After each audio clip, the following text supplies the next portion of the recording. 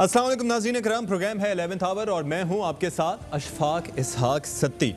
और ज़ाहिर है 11 बजे का प्रोग्राम है। हम कोशिश करेंगे कि आज के जो अहम इवेंट्स हैं उनको ज़रा रैप अप करें और आपको बताएं कि आज पूरा दिन क्या हुआ। ऑब्वियसली आप फॉलो कर रहे होंगे कि सुप्रीम कोर्ट ऑफ पाकिस्तान ने कोरोना वायरस के हवाले से जो असुद नोटिस था उसमें आज अहम डायरेक्टिव जारी किए हैं, जिसमें मार्केटें खोलने के हवाले से बात की गई है, बिलखुसूस सिंध की मार्केटों के हवाले से कि जब पूरे सबसे बड़े सूबे में यानी कि पंजाब में शॉपिंग मॉल्स खुल गए हैं तो सिंध में क्या वजह है कि तमाम मार्केटें खोलती गई हैं लेकिन शॉपिंग मॉल्स नहीं खोले जा रहे। उस हवाले से बहरहाल एडवोकेट जनरल सिंध से मुकालमा हुआ। साथ ही साथ हफ्ते और इतवार को शॉपिंग मॉल्स बंद करने के हवाले से भी और ख़ास तौर पर मार्केटें बंद करने के हवाले से भी काफ़ी बरहमी का इजहार किया गया और इसमें खोलने की इजाज़त दे दी गई। तो ये सुप्रीम कोर्ट में जब मामला ज़ेर समात रहा उसके बाद जब फैसला आया और फैसले के ऊपर वैसे भी डिस्कशन होते रहे कि सुप्रीम कोर्ट का ज़ाहिर ताजर बहुत खुश थे इस फैसले से, उनकी जानिब से कहा गया कि बहुत खुशाइंद है। और ये जो 5 बजे बंद करने की बात हो रही है कारोबार को, तो गुज़िश्ता ये जो 4-5 दिन आगे रह गए हैं बल्कि इनमें 24 घंटे मार्केटें खुली रहें कि इससे एक तो ये होगा कि प्रेशर भी कम होगा, ग्राहक ज़्यादा आएंगे और ज़ाहिर है यही दिन है कमाई के। तो बहरहाल इस हवाले से ये मुख्तलिफ नैरेटिव्स, मुख्तलिफ आरा इस फैसले पे सामने आई हैं। कई जगह यह भी कहा गया है कि इससे कहीं खुदा न ख्वास्ता वायरस फैलने का अंदेशा या खदशा ना हो।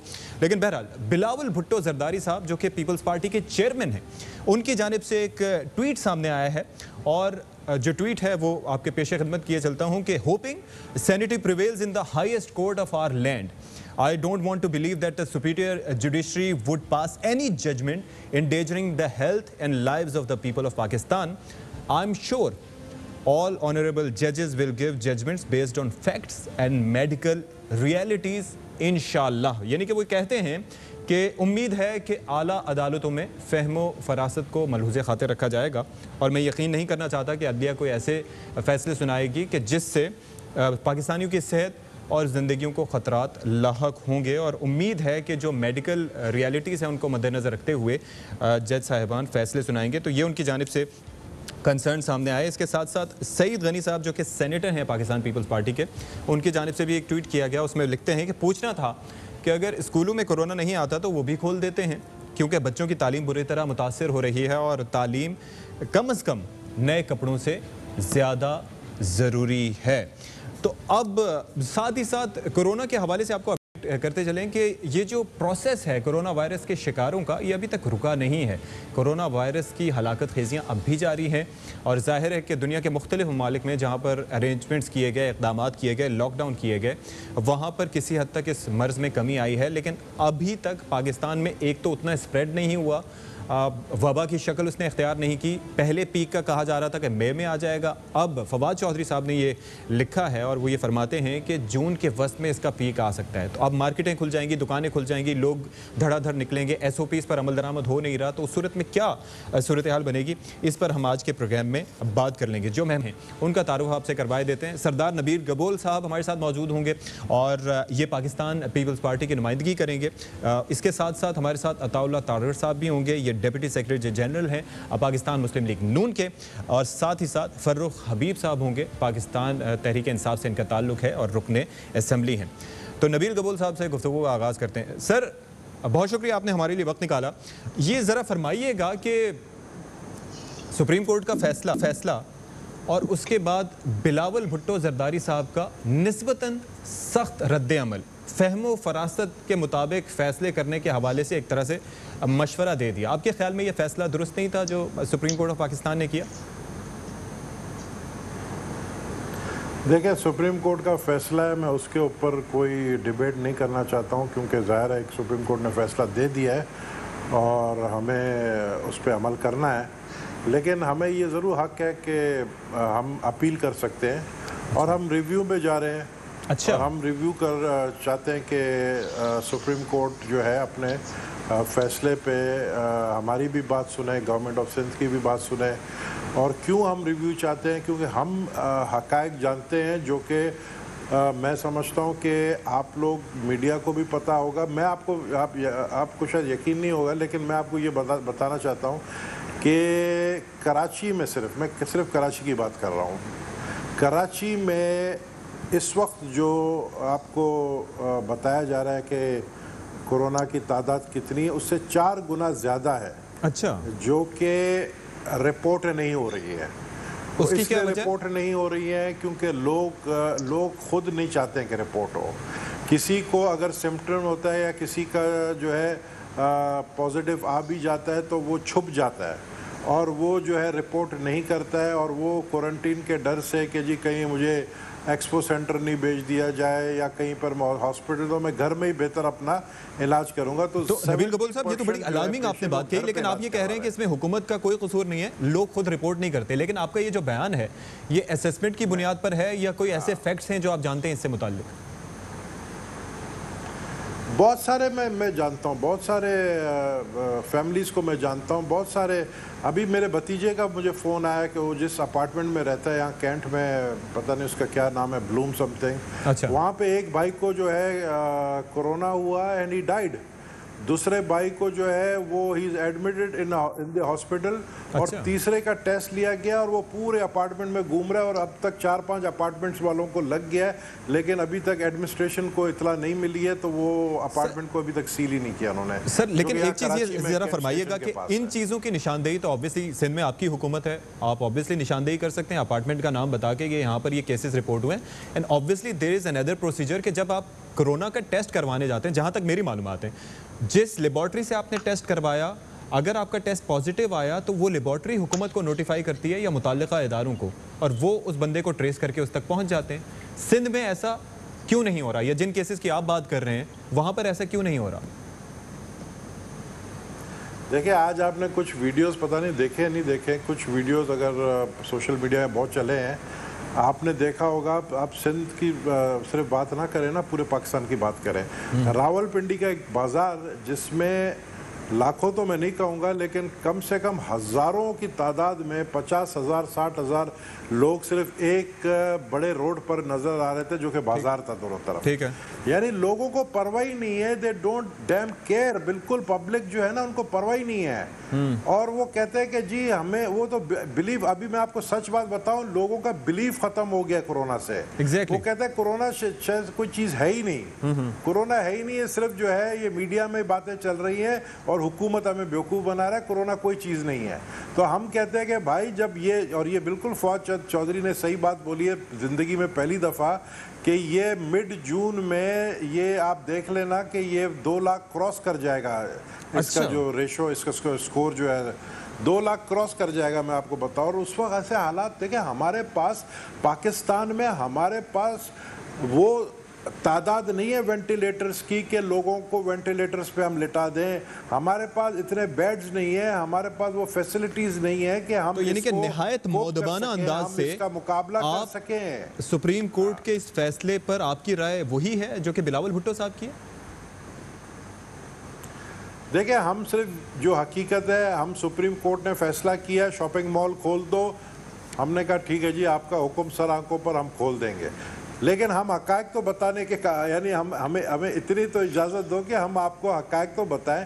हम आपको कहते हैं कि आप रिव्यू करें। अगर हम रिव्यू पिटिशन दाखिल करते हैं, हम रिव्यू पिटिशन दाखिल करने के बाद हम हकायक भी बताएंगे कि देखिए जी ये सूरत हाल है, आप फैसला, एनसीसी ने फैसला, बात लंबी हो रही है, लेकिन एक चीज़ जरा ये फरमाइएगा नबील कबूल साहब कि मुझे ज़ाहिर है कि दूसरे मेहमानान की तरफ भी जाना है, लेकिन एक चीज़ बड़ी इंपॉर्टेंट है कि आप ये कह रहे हैं कि हम रिव्यू में जाके उसी सुप्रीम कोर्ट में हकायक बताएंगे जिसके सामने अभी तक, आप ज़ाहिर है कि सिंध की नुमाइंदगी होती रही, एडवोकेट जनरल साहब से मुकालमा होता रहा, उनसे पूछा जाता रहा कि क्या वजूहात हैं, क्या डिटेल्स हैं, तो ज़ाहिर है आप वहाँ पर कन्विंस नहीं कर पाए, तो उसके बाद आप रिव्यू में जाके what would be different sir? Review एक कानूनी हक है ना आपके पास। प्रिसाइसली, आप एक सुप्रीम कोर्ट के अपील, देखिए सुप्रीम कोर्ट के अपील को आप चैलेंज नहीं कर सकते हैं। अच्छा। जो सुप्रीम कोर्ट ने, जो जुडिशरी ने आपको हुक्म दे दिया, आपको उस पर अमल करना है, आप उसको चैलेंज नहीं कर सकते, लेकिन हम अपील तो कर सकते हैं ना, हम किसी डिसीजन में अपील तो कर सकते हैं, इतना तो कानूनी हक है ना हमें। तो हम समझते हैं कि देखें कि बहुत सारे मुल्कों में, आप जर्मनी, फ्रांस ले लें, जहाँ लॉकडाउन उन्होंने ख़त्म किया तो किस तरीके से वहाँ पर रेशो बढ़ गया कोरोना का, और वो भी परेशान है, लेकिन उन्होंने ये सोच लिया अब लॉकडाउन, देखें इस वक्त हमारे बस की बात नहीं है कि हम दोबारा से वही लॉकडाउन लगाएं जो 23 मार्च को हमने लगाया। अता तारड़ साहब से भी इस पे उनका नैरेटिव ले लेते हैं। अता तारड़ साहब, ऑब्वियसली जो कुछ अभी पिछले दिनों हो रहा था, हम देख रहे थे कि लॉकडाउन किया जा रहा है, कितना इफेक्टिव है नहीं, वो एक सवालिया निशान है, लोगों तक कितनी इमदाद पहुंच रही है नहीं, ये अलग बात है, लेकिन सूबों में हम कोई या वफाक की सतह पर हमने कोई सेंट्रलाइज्ड पॉलिसी नहीं देखी जिसका इतलाक़ तमाम जगह यकसा तौर पर किया जाता रहा हो। अब ये सुप्रीम कोर्ट का जो डिसीजन आया है, आपकी इस बारे में क्या राय है? देखिए, एपेक्स कोर्ट का बहुत एहतराम है, बड़ी इज्जत है और हम समझते हैं कि उनकी ऑब्जर्वेशन हैं वो फैक्ट बेस्ड पर उन्होंने कोई न कोई इस पे असेसमेंट की होगी हालात। मगर इस वक्त जो सूरत हाल है, मैं आप बताऊं, मेरे अपने कुर्बो जवार में पिछले 24 घंटों में 2 अमवात हुई हैं। अच्छा। और उसमें दोनों अमवात इस तरह हुई हैं कि with in a span of hours जो है पेशेंट कंडीशन डिटीरियरेट की है। एक अस्करी टैंक और की रहायशी है, दूसरा हमारा हल्का है गुजरांवाला गखड़ का। वहाँ से हमारे एक सोशल मीडिया एक्टिविस्ट हैं सिद्दीक मीर साहब, अच्छा। वो भी इसमें हुए। और ये पिछले 24 घंटों में जो हॉस्पिटल के हालात हैं, मैं स्पेशली हॉस्पिटल लाहौर का जिक्र करूंगा। इस वक्त हमारे पीटीआई की एक एमपी है वहाँ पे हाई डिपेंडेंसी यूनिट दाखिल हैं, और एक और एमपीए इमरान खालिद भट्ट साहब हैं गुजरांवाला से, वो भी इस वबा में मुब्तला हुए हैं। पिछले 3-4 दिनों के अंदर एक बहुत हाइक आया है और अस्पतालों में भी रश और हाई डिपेंडेंसी यूनिट में भी रश। तो ऑब्वियसली आप लोग कह रहे हैं कि मजीद इस पे सख्ती की तरफ जाना चाहिए, तो ये जो फैसला है आपके लिए काबिल कबूल है जो आया है आला अदलिया की जानिब से?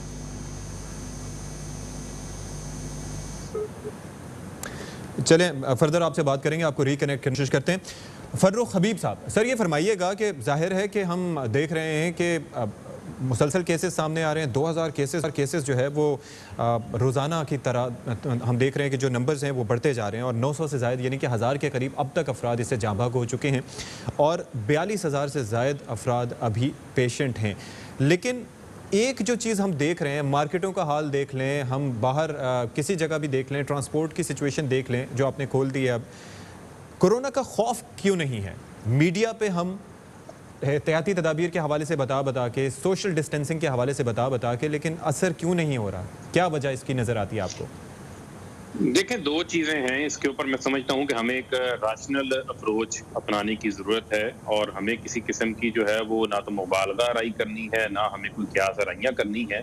यकीनन ये एक वबा है, पूरी दुनिया को इसने अपनी लपेट में लिया है। 45 लाख से ज़ायद लोग पूरी दुनिया में इसका शिकार हो चुके हैं। 3.5 लाख से ज़ायद लोग वो इससे वफात पा चुके हैं। पाकिस्तान के अंदर भी जो है वबा के असरात नजर आ रहे हैं। तकरीबन जिस तरह आपने बात की 1000 के करीब लोग जो है वफात पा चुके हैं।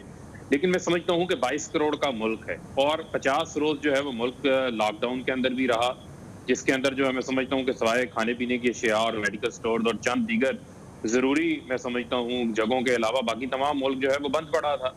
तो मैं समझता हूं कि जिस तरह ही लॉकडाउन के अंदर जो है वो नरमी होती है, उस तरह जो लोग अपनी रोजगार कमाने के हवाले से, वो लोग जिन्होंने बहुत देर से अपनी मामलात के हवाले से उनके रुके हुए थे, अच्छा। तो उन सब लोगों ने जो है वो मार्केट्स का रुख किया और आप देख रहे हैं कि ईद के दिन भी हैं। ईद के दिनों में तो वैसे ही मामूल से ज्यादा ऑब्वियसली देखें, तमाम सियासी जमातें जब भी ऐसा कोई इशू आता है तो सियासी जमातों को ज़ाहिर है मेजॉरिटी का मुजाहरा करके ये जो कौमी नौयत के इश्यूज हैं, और obviously this is a pandemic, it can be dangerous और हम ये देख भी रहे हैं पूरी दुनिया में, लेकिन यहाँ पर सियासी जमातें एक पेज पर नहीं आ सकी। आपके समझते हैं इसी अनसर्टेनिटी की वजह से और एक नैरेटिव ना होने की वजह से अवाम भी इसको सीरियस नहीं ले रहे? देखें, बात यह है कि जहां तक रही बात, आपने सियासी जमातों की बात की या हुकूमतों की बात की, वफाक है, सूबाई हुकूमतें हैं तो वो नेशनल कोऑर्डिनेशन कमेटी का हिस्सा हैं। वहां पर जो है वो रोज नेशनल कमांड सेंटर के अंदर जब मीटिंग्स होती हैं तो उसमें चीफ सेक्रेटरीज भी होते हैं, इंतजामिया भी होती है, असद उमर साहब भी हैं, उसके अलावा वजीर आजम भी नेशनल कोऑर्डिनेशन कमेटी के वज़रा आला समेत जो है वो मीटिंग्स को चेयर करते हैं और तमाम फैसले वहां पर जो है वो कंसेंसस और मुशावरत के बाद लिए जाते हैं। अच्छा। मैं ये समझता हूँ कि जो बात आज आप कह रहे हैं कि पाकिस्तान में जिस दिन ये वबा आई तो हमारे पास सिर्फ जो है वो 100 टेस्ट करने की कैपेसिटी थी। आई अंडरस्टैंड कि कैपेसिटी बढ़ गई है, सब कुछ हो गया, लेकिन ये जो फैसला आप कह रहे हैं कि नेशनल कोऑर्डिनेशन कमेटी जो है वो सारी चीजें डिसाइड करती है, वहां से फैसले आते हैं, लेकिन ये फैसला वहां से क्यों नहीं हो सका?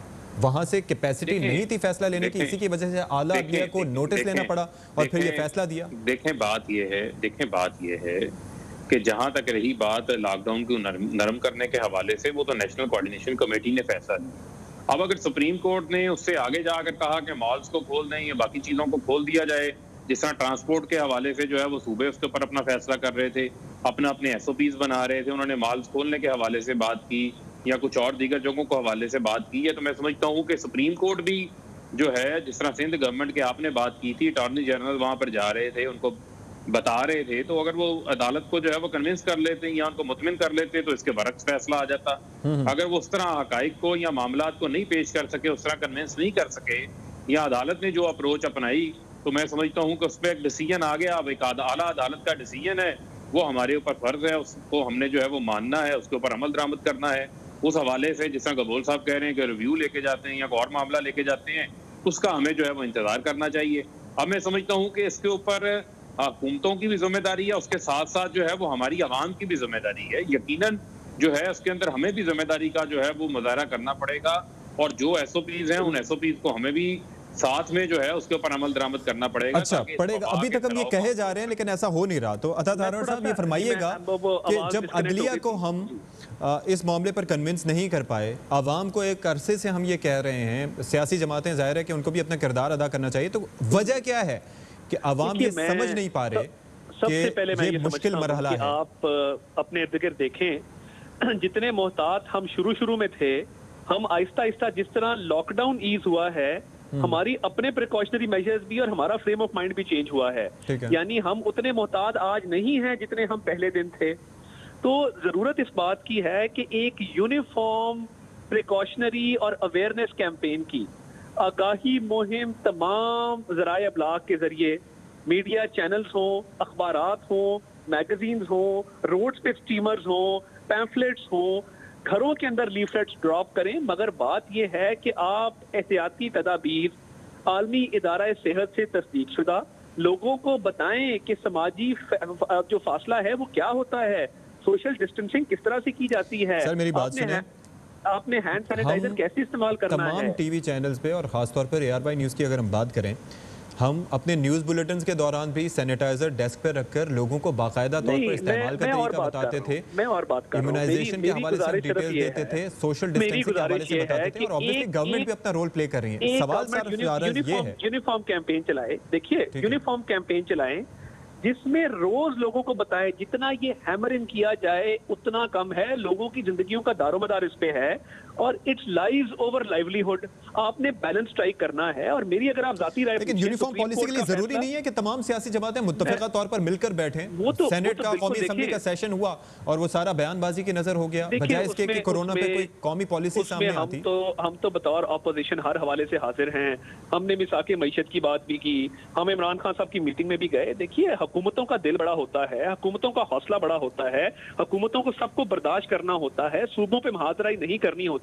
मेरी जाती राय में अगर आप पूछें, स्मार्ट लॉकडाउन की जरूरत थी बेस्ड ऑन GPS मैपिंग। अच्छा, आपके पास जियो टैगिंग होती पेशेंट्स की, जो कि अभी बहुत नाकस शक्ल में मौजूद है। टेक्नोलॉजी को इस्तेमाल करते आप बताते कि जी ये यूनियन काउंसिल नंबर 36 जो है, इधर पेशेंट्स की तादाद 100 है, ये इलाके सील हुए हैं, फलां हॉस्पिटल में इमरजेंसी डिक्लेयर की गई है, यहाँ पे दुकानें नहीं खुलेंगी, यहाँ पे जो है वो स्पेशल मेजर्स दिए जाएंगे। आप बलूचिस्तान का बताते हैं कि जी फलां इलाके में बिल्कुल 0 पेशेंट्स हैं, यहाँ पे लाइवलीहुड चल रहा है, कारोबारी जिंदगी मामूल के मुताबिक है, और हमने यहाँ पे कोई रिस्ट्रिक्शन नहीं लगाई। तो ये टेक्नोलॉजी का इस्तेमाल प्लस हेल्थ सिस्टम्स को बीच में करना इंड्यूस, और आपकी ब्यूरोक्रेसी का बड़ा रोल है, पॉलिसी मेकर्स का बड़ा रोल है। तो मैं समझता हूं कि स्मार्ट लॉकडाउन आपके पास वाहिद ऑप्शन है। वरना जिस तरीके से ये केसेस में स्पाइक आ रही है, मेडिकल एक्सपर्ट्स जिनसे मेरी आज भी बात हुई, उनका ख्याल ये है कि ये जून जो है ये एक स्पाइक मंथ होगा और इसमें ये और ज्यादा पीक करेगा। फवाद चौधरी साहब इससे मुताल्लिक कह चुके हैं, हम खुशकिस्मत हैं कि ये वबा यहाँ पे लेट आई, हमें बाकी ममालिक के तजुर्बात से सीखने का मौका मिला। बट पिछले 4 दिन से जो हम देख रहे हैं और जिस तरीके से केसेस सामने आ रहे हैं, और मैंने राती तौर पे एक्सपीरियंस किया, तो हमें बड़े ही इमीडिएट और बड़े केयरफुल मेजर्स की जरूरत है। और बिल्कुल हमें बाजारों में रश नहीं करना है, हमें बाहर नहीं निकलना है। वेरी अनलाइकली अता तारड़ साहब, वेरी अनलाइकली। अच्छा, नबील कबूल साहब की जानिब चलता हूं मैं। नबील कबूल साहब, यूनिफॉर्म पॉलिसी लाने में आखिर दिक्कत क्या थी? आखिर क्या वजह रही आपकी नज़र में कि वो पॉलिसी नहीं आ सकी? देखिए, यूनिफॉर्म पॉलिसी इसलिए नहीं आई क्योंकि ये कोरोना जो है सियासत की नज़र हो गई और शुरुआत हो गई लॉकडाउन के ऊपर। एक ने कहा, सूबे ने कहा लॉकडाउन करना है, वफाक ने कहा नहीं करना है, शेख रशीद ने कहा ट्रेन चलाना है, हमने कहा ट्रेन नहीं चलने देंगे। मतलब ये सिर्फ सियासत। और अब कह दिया कि बॉर्डर पे रोक देंगे। इसलिए कोई यूनिफाइड जो आप देखें ना कि अगर शेख रशीद जिद कर रहा है कि हम ट्रेन चलाएंगे बगैर सूबों को एतमाद में लिए हुए, तो सिंध के पास कोई चॉइस नहीं है कि सिंध अपने बॉर्डर पे वो ट्रेन को रोक दे या कराची से जो ट्रेन निकलता है उसको जाने ना दे। तो हमें जो है ना सिंध गवर्नमेंट को ऑन बोर्ड लेना चाहिए था शेख रशीद को। और शेख रशीद जो है वो फेडरल मिनिस्टर फॉर रेलवे है, वो पाकिस्तान का प्राइम मिनिस्टर नहीं है जो आके बैठ के के बयानात देता है कि जी प्राइम मिनिस्टर ने मुझे इजाज़त दे दी है, अब मुझे कोई नहीं रोक सकता है, मैं 30 तारीख तक इतने ट्रेन चलाऊंगा, 30 तारीख के बाद 130 ट्रेन चलाऊंगा। हम कहते हैं हम आपका ट्रेन जो यहाँ कराची में आके खड़ा हुआ है हम उसको यहाँ से निकलने ही नहीं देंगे। चलिए अब यूनिफॉर्म पॉलिसी पे आ जाएं सर, क्या वजह है? ईगो इश्यूज हैं, क्या वजह क्या है? पॉलिसी यही है, ईगो इशू नहीं है, सियासत। देखें यहाँ पे यही क्योंकि कोरोना सब कह रहे हैं कि जी इमरान खान की पीटीआई की गवर्नमेंट जो है वो बहुत अनपॉपुलर हुई कोरोना के हवाले से। अच्छा।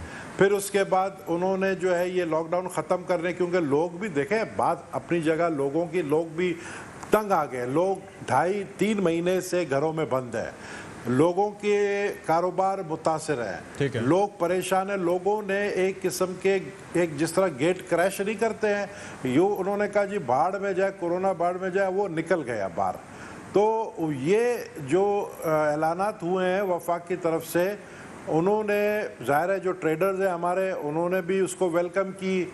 और फिर आज सुप्रीम कोर्ट के भी ऑर्डर्स आ गए, तो एक रश, आप यकीन करें मैं निकला हूँ कोई 5 बजे के करीब, मैं हैरान था, लोगों को सिर्फ एक कफन लेना है या ईद का कपड़ा लेना है, यानी ईद के एक जोड़े के लिए मर रहे हैं, बाजार की तरफ जा रहे हैं, ईद का एक जोड़ा पहनना है, बाद में भले हम एक कफन ले लें अपना, वो मुकाबला कर रहे हैं। वो ये नहीं सोच रहे हैं कि भाई जिंदा रहोगे तो ईद का कपड़ा पहनोगे ना यार। लेकिन प्रिसाइसली ये भी है वो कि ये नहीं सोच रहे हैं, मार्केटों में निकलना जरूरत के बगैर वो भी नुकसानदेह है। साथ ही साथ रात के औकात में सहरी से पहले मैं खुद जाते हुए देखता हूँ कि क्रिकेट मैचेस चल रहे हैं, कोई SOPs तो दूर की बात, एहतियाती तदाबीर कहीं नजर नहीं आती। लेकिन फरूख हबीब साहब ये जरा फरमाइए, कौम जो है ना, हमारी कौम नहीं समझेगी। मैं आज आपको बता दूं, हमारी कौम सिर्फ डंडा समझती है, हमारी कौम नहीं समझेगी। अगर 2 लाख के करीब ये पहुंच गया ना ये स्कोर जून में, तो फिर मैं यही मशवरा दूंगा कि फिर और कोई तरीका नहीं है, सिर्फ डंडा चलाना पड़ेगा। सर तो जब आपने यहाँ पर सिंध में लॉकडाउन किया था तो उस वक्त ये डंडे वाला फॉर्मूला क्यों नहीं अप्लाई किया? अगर यही डंडा चलाया था भाई मेरे, हमारा डंडा, क्या बात करते हैं भाईजान, हमारा डंडा जबरदस्त चला था। एक दुकान भी जो है ना वो 5 बजे के बाद जो है नहीं खुल रहा था, सिर्फ और सिर्फ जरूरत अशिया। आप भी कराची में रहते हो, आपने खुद देखा था शुरू में हमारा लॉकडाउन बड़ा जबरदस्त था, लेकिन बाद में फिर वफाक ने, चले खैर बात नहीं बढ़ाते, इससे अलावा फुटेजेस भी ज़ाहिर है हमारे पास मौजूद थी कि क्या सिचुएशन थी और लोग समझने को तैयार नहीं थे। फरूख हबीब साहब का इस पे मौक़िफ़ ले लेते, फिर ब्रेक की जाने जाएंगे। फरूख साहब ये ज़रा फरमाइएगा कि आखिर हम ये देख रहे हैं कि यूनिफॉर्म पॉलिसी की बात हो रही है और तस्करा हो रहा है कि एक मौक़िफ़ होना चाहिए था ताकि अवाम भी समझते कि तमाम सियासी जमातें मामले की नज़ाकत को समझते हुए संजीदा हैं। तो आखिर विफाक की जिम्मेदारी इस सिलसिले में पूरी क्यों नहीं हुई? कौन इसमें एट फॉल्ट नजर आता है? देखें बात ये है कि फिर मैं आपको लेके जाऊंगा, मुझे आप ये बताएं कि जो पाकिस्तान की आबादी का एक बहुत बड़ा हिस्सा है जो खतरे गुर्बत की लकीर से नीचे रहता है, 25% लोग हैं, 40% आपकी आबादी का वो हिस्सा है जिनकी इनकम $3 से कम है। जब इंसाफ एहसास प्रोग्राम शुरू किया जाता है तो 14 करोड़ SMS मसूल होते हैं, जिसमें से 8 करोड़ वो लोग हैं जिनकी डुप्लीकेशन नहीं है। अभी जो है वो जो मजदूर बेरोजगार हुए हैं 40 लाख लोगों का डेटा है जिनके ऊपर आज वज़ीर-ए-आज़म ने कैश डिस्बर्समेंट शुरू की है। 100 अरब रुपए से जायद के कैश जो है वो डिस्ट्रीब्यूट किया जा चुका है हकदारों के अंदर। तो मुझे आप ये बताएं कि 3 करोड़ लोग जो हैं वो आपके बेरोजगार हो चुके हैं। अमेरिका जैसे मुल्क की मैशियत जो है वो डामाडोल हो गई, बरतानिया की, यूरोप की, वो उनके जो है वहां पर जो है वो लॉकडाउन नरम होना शुरू हो गया। तो मुझे ये बताएं, स्मार्ट लॉकडाउन की बात तो हम शुरू रोज से कर रहे थे, ये तो इस मामले में जो मुल्क की दीगर सियासी जमातें हैं आखिर उनको एतमाद में क्यों नहीं लिया गया? अभी कुछ दिन पहले शायद खाकान अब्बासी साहब असेंबली में आकर कहते हैं कि कम से कम मास्क पहनना तो लाजमी करार दे दें, उसके बाद फिर फैसला हो जाता है। तो खुद इसलिए फैसले क्यों नहीं लिए जाते? यकीनन देखें बात ये है, मैं आपको जो एक्सप्लेन कर रहा था कि स्मार्ट लॉकडाउन की जो इस्तिलाह है वो सबसे पहले हुकूमत लेकर आई और हमारा यही मानना था शुरू रोज से कि मुकम्मल लॉकडाउन भी किसी चीज का हल नहीं है। और लॉकडाउन जो है, मुकम्मल लॉकडाउन पूरी दुनिया अब कह रही है कि इस वबा के साथ हमने चलना है, जब तक वैक्सीन नहीं आती कब तक ये मामला चलता है अभी पाकिस्तान को भी वो 5 ममालिक में शामिल हो गया है जो इसकी दवाई को तैयार करने लगे हैं। अभी देखते हैं कि उसके असरात जो है वो किस किस्म के आते हैं। तो पूरी दुनिया की जो डॉक्टर्स हैं, जो मेडिकल साइंटिस्ट हैं, वो भी सर जोड़ के इसके ऊपर रिसर्च कर रहे हैं। लेकिन मैं समझता हूं कि हमने इसके साथ, अब वो हालात मामूल के मुताबिक नहीं है, वो मामूल के मुताबिक जिंदगी नहीं रहेगी। यहाँ पर तो जो है वो चीजों को out of the box ideas लेकर आने पड़ेंगे। यहाँ पर जो है वो हमें अपने मामूलात जिंदगी को तब्दील करना पड़ेगा और पहले से ज्यादा जिम्मेदारी का सबूत देना पड़ेगा। आई होप सो कि क्या ये सिचुएशन जो आप बता रहे हैं ऐसा हो और लोग समझें इस चीज को। ऑब्वियसली ये एज ए कौम भी हमें जिम्मेदारी लेने की जरूरत है। देखिए आप जाहिर है कि आप लोग जो अरकान असेंबली हैं, आप लोग भी जाहिर है कि इस सिलसिले में अपना किरदार अदा कर सकते हैं। फर्दर भी हम इस पे बात करते हैं। Will take a break here. Break के बाद ब्रेक कंटिन्यू करेंगे सर।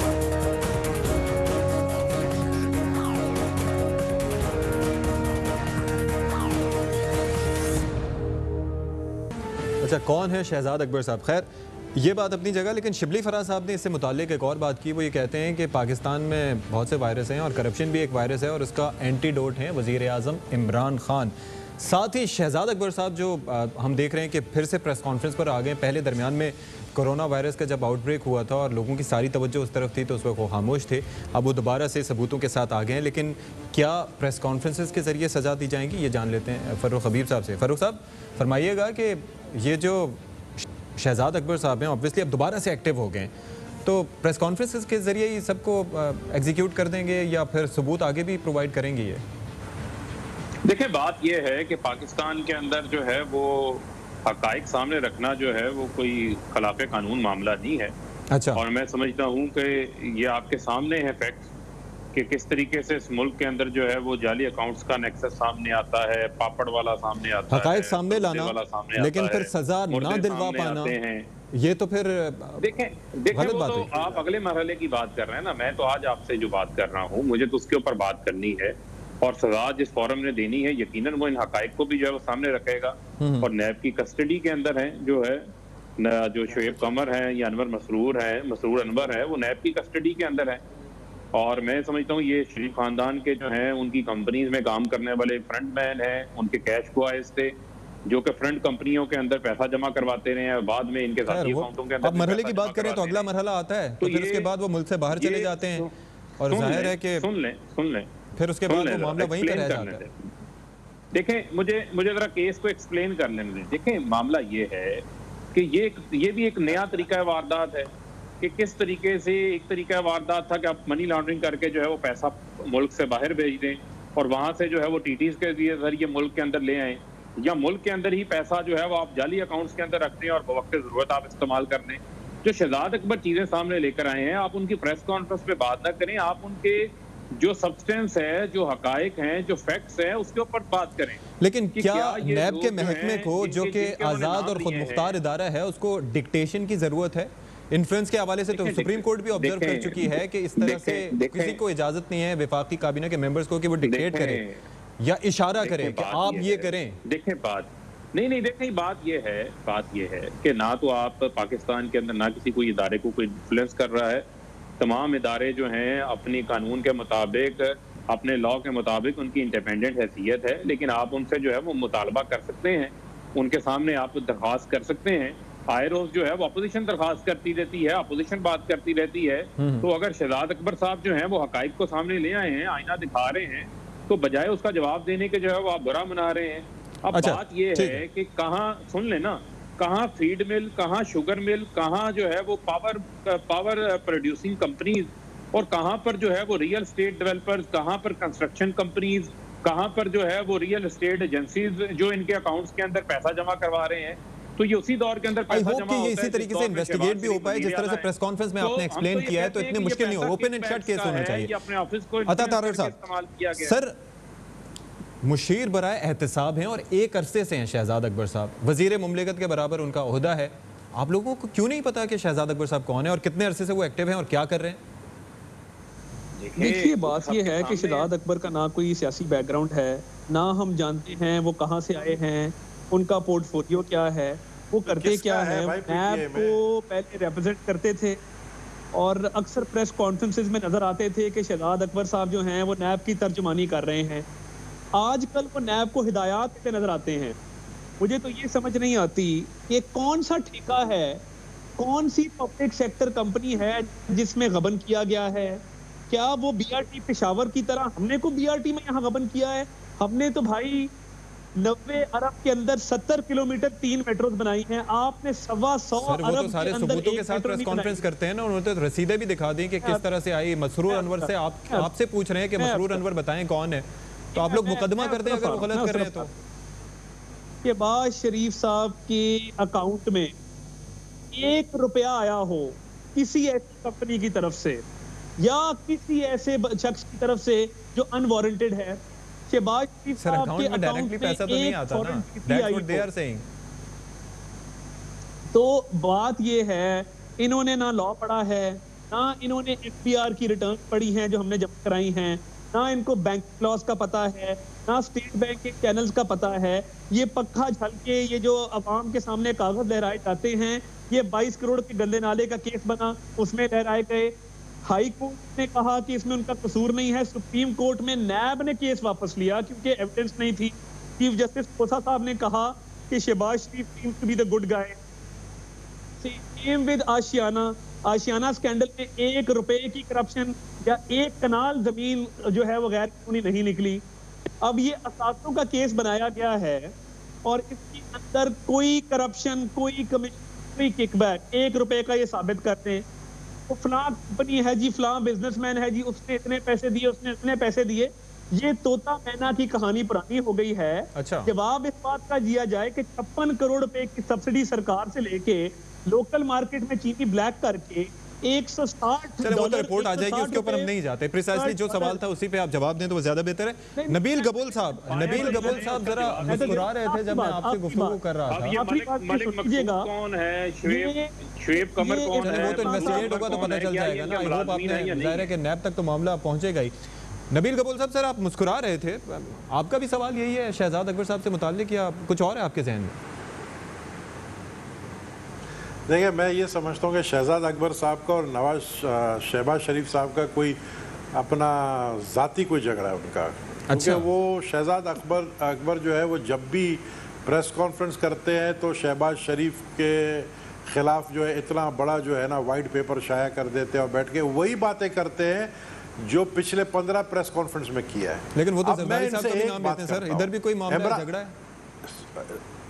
नहीं, मेरी बात सुनो, ये तो जरदारी साहब से मुझे नहीं पता कि जाती झगड़ा है, लेकिन शहबाज शरीफ का मुझे पर्सनली पता है कि शहजाद अकबर का और शहबाज शरीफ का क्या झगड़ा है और जाती है वो। अच्छा, मैं वो क्या उस पर नहीं आऊँगा। अच्छा, मैं सिर्फ इतना कहना चाहता हूँ, मैं उस पर नहीं आऊँगा, मैं नहीं आऊँगा। मैं सिर्फ इतना कहना चाहता हूँ कि देखें, मेरी एक बात सुने। कहते हैं पीपल्स पार्टी वाले करप्ट, नवाज शरीफ करप्ट, शहबाज शरीफ करप्ट। फिर इन्होंने नैब ने कहा चौधरी शुजात का रेफरेंस खोलो, भाई ये भी करप्ट। चौधरी शुजात ने जो है इस उम्र में आकर उन्होंने सुल्तान राई वाला जो है ना अपना एक पोस्ट उन्होंने एक दिखाया और उसके बाद फिर तारिक बशीर चीमा को भेजा प्राइम मिनिस्टर के पास। उसी वक्त उसका जो है इंक्वायरी बंद हो गया। ओ भाई इमरान खान साहब, आप तो कह रहे थे मैं किसी को नहीं छोड़ूंगा, फिर आप अपने एलाइज को कैसे छोड़ रहे हैं? आपने इस शुगर कमीशन का डिले करते करते लोग भी भूल गए हैं, मीडिया भी भूल गई है कि 3 हफ्ता गुजर चुका है। चौथे हफ्ते में तो और उन्होंने मोहलत मांग लिया ना। फारूक साहब ये फरमाइएगा, भाई क्यों मोहलत मांग रहे हैं? फारूक साहब ये एक मिनट मुझे कंप्लीट होने देना। मेरे कंप्लीट करने देना। जी। आप मुझे एक चीज बताएं कि आप कितना यानी मोहलत मांगते मांगते आप जो है उनको बचा रहे हैं। आप मुझे बताएं परवेज खटक साहब कहाँ गया? आपको कोई नजर आ रहा है? वो किसी कैबिनेट मीटिंग में नजर आ रहा है? किस बात का झगड़ा हुआ उनका प्राइम मिनिस्टर से? किस बात की नाराजगी है? आपने नैब को कह दिया कि भाई मेरे लोगों को हाथ नहीं लगाओ और ऑपोजिशन को रगड़ा जो देना है दो। और शहजाद अकबर जो है बिल्कुल अता ताड़ा साहब ने सही कहा कि वो अहकामात ना दे नैब को। नैब कहते हैं ना हम एक इंडिपेंडेंट इदारा है, तो आप IPPs का जो है जिक्र करें। IPPs का जिक्र करेंगे तो बहुत सारे अपने लोग उनके निकल आएंगे। तो ये शेख रशीद बात सही कर रहा है, झाड़ू फिरने वाला है जिसमें झाड़ू में PTI के लोग बहुत आने वाले हैं, लेकिन उनको बचाने का भी एक हिकमत अमली बनाया। वो तो शेख साहब भी प्रेडिक्शन कर चुके हैं कि टार्जन की वापसी देख रहा हूं और वो दोनों साइड के लोगों की उस पे झाड़ू फेरा जाएगा। दोनों साइड से PTI वाले ज्यादा होंगे। हम तो वैसे ही रगड़े पे आए हुए हैं, हम तो वैसे ही रगड़े में हैं, हमें और कितना रगड़ा देंगे? फारूक साहब आप जरा ये फरमाइएगा, खुद थक गए, उनके हाथ भी थक गए। फारूक साहब, ये जाहिर है कि ये जो इंक्वायरी रिपोर्ट है, क्या वजह है इसकी कि इसमें ताख़ीर, मोहलत पे मोहलत? ज़ाहिर है कि हुकूमती मशीनरी आपके पास है, सारी चीज़ें हैं, तो उसको अब ईद के बाद तक डिले कर दिया गया। What's the point? देखें मैं 1 मिनट ज़रा इस इंक्वायरी रिपोर्ट पे भी आता हूँ, मुझे इस पे भी बात करनी है, लेकिन मैं ज़रा पहले अता तारुफ साहब ने जो बातें की मैं ज़रा उस पर जवाब दे दूँ। देखिए बात ये है कि जब पनामा केस आया था उस वक्त ये यही कहते थे कि हमारी जो है वो लंदन में, क्या हमारी तो पाकिस्तान में कोई प्रॉपर्टी नहीं है। फिर आपने कतरी खात का हशर नशर भी देखा था, जाली ट्रस्ट लीड का भी देखा वो तो था, सब कुछ हो गया, सजा भी हो गई, और आज हम देख रहे हैं कि आप ही के बनाए हुए जो एक मेडिकल कमीशन ने उनको फ्री हैंड दिया और उसके बाद वो मुल्क से बाहर बैठे हुए। अभी प्रिसाइसली मेरे सवाल पे आ जाएं क्योंकि वक्त मुख्तसर है। सवाल मेरा ये है, उस डिबेट में ना यार आप बात मुकम्मल नहीं करने देते, आप एक सवाल करते हैं उसका जवाब देने का मौका। सवाल मेरा यही है आपसे, इंक्वायरी कमीशन की रिपोर्ट से मुझे तरफ भाई मेरे, मुझे 1 मिनट दे दें, 1 मिनट दे दें मेरी आपसे। You have 1 minute sir. आप हमारे प्यारे भाई हैं, अल्लाह ताला आपको आगे भी मजीद शोज करने का मौका फराहम करे, मुझे मौका दे दें। जी जी, मौका दिया। देखें बात ये है कि हम इनसे ये दरखास्त कर रहे हैं कि सलमान शहबाज क्यों मुल्क से बाहर हैं। चलें, हसन नवाज, हुसैन नवाज के खिलाफ तो रेफरेंसेस दाखिल थे, वो क्यों मुल्क से बाहर हैं? या अली इमरान है, वो मुल्क से क्यों बाहर हैं? ये कहते हैं कि शहबाज शरीफ के अकाउंट के अंदर कोई पैसा नहीं गया। ये बताएं कि ये जो मलक मकसूद, इनकी जो कंपनी के अंदर एक पियन था, चाय पिलाने वाला था, उसको दुबई भगाया हुआ है, उसने पैसे जमा कराते हैं, 96 घर खरीदा जाता है। विस्परिंग पाइन जो फ्लैट तहमीना दुरानी को खरीद के दिया जाता है, वो इन्हीं कैश बॉयज के पैसों से जो है वो आपके अकाउंट से खरीद के दिया जाता है। ये मैं नहीं कह रहा, ये जो फैक्ट्स हैं, जो हकाइक हैं, जो मेरे पास भी बड़े नाम हैं, उसके अंदर ये चीजें मौजूद हैं। अब आप आ जाएं जरा चीनी इंक्वायरी के ऊपर आप आ जाएं, ठीक है? मुझे ये बताएं कि आज से पहले आपके मीडिया बताता है कि 2010 के अंदर चीनी 130 रुपए किलो गई, 2017 में चीनी 70 रुपए किलो से ऊपर चले गई, जबकि गन्ने की कीमत कभी 120 रुपए से ज्यादा इनके दौर में किसान को नहीं मिली। आज तो किसान को 180 रुपए से ज्यादा कीमत मिल रही है, अपने गन्ने की कीमत भी पूरी मिल रही है। मुझे आप ये बताएं कि कितनी तहकीकात हुई यहाँ पर? वजीर आजम ने जो है वो तहकीकात भी करवाई, तहकीकाती रिपोर्ट पब्लिक भी की।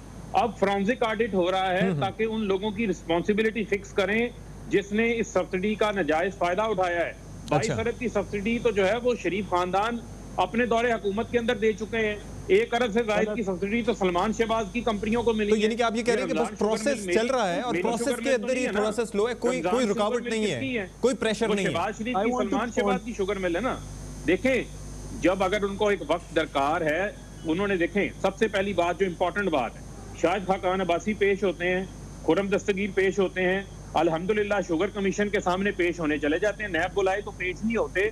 वहां पर जो है आजकल पता चला है कि नैब के अंदर भी जो है वो मेडिकल सर्टिफिकेट्स जमा होने शुरू हो चुके हैं। दूसरी बात ये है कि अगर वो सबको मौका दे रहे हैं उनका मौका सुनने के लिए, तो कल को कोई ये ना कि हमें नहीं सुना गया। चलें, अब जरा अता तारर साहब के इस पे रिस्पॉन्स ले लूं, वक्त बिल्कुल मुख्तसर है सर। अता तारर साहब के इस पे रिस्पॉन्स ले लेता हूं। जिम्मेदारों के खिलाफ जो है वो एक्शन भी होगा, ये मेरा आपसे भी वादा है और इमरान खान ने कौम से वादा। I hope so. अता तारर साहब सर, इस कौम के हक पे जो डाका डाला गया, 56 करोड़ सब्सिडी सिर्फ जहांगीर खान तरीन को दी गई। शरीफ फैमिली की एक मिल ने भी 1 रुपया सब्सिडी शॉर्टेज वाले साल में नहीं ली। डॉलर का रेट 160, 56 करोड़ सब्सिडी, एक्सपोर्ट किया, मुनाफा कमाया डबल, क्योंकि डॉलर का रेट जो था वो रुपए के मुकाबले में ज्यादा था। उसके बाद आपने लोकल मार्केट में, क्योंकि रेट चढ़ गया किल्लत की वजह से, लोकल मार्केट में चीनी लेट्स होप सो कि ये जो फॉरेंसिक रिपोर्ट है ये भी आ जाएगी और ऑब्वियसली विदाउट एनी प्रेशर वजीर आजम साहब ने जिस तरह से प्लेज किया है उसी तरह से वो कार्रवाई भी करेंगे। Sir will take a break here, break लेनी है, ब्रेक के बाद हाजिर होंगे।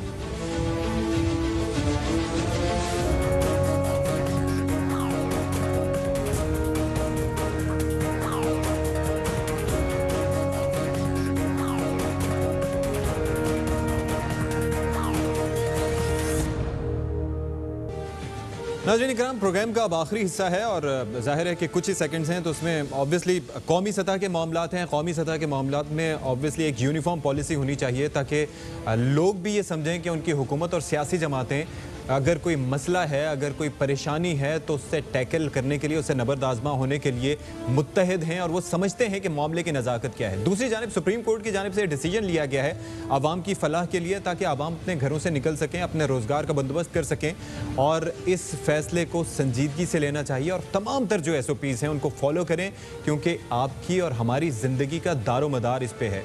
मज़ीद भी आइंदा आने वाले दिनों में हम इसी मामले पर प्रोग्राम करेंगे, कुछ दीगर चीज़ें भी डिस्कस करेंगे। अशफाक इसहाक सत्ती को इजाज़त दीजिए। अल्लाह ने कहबान।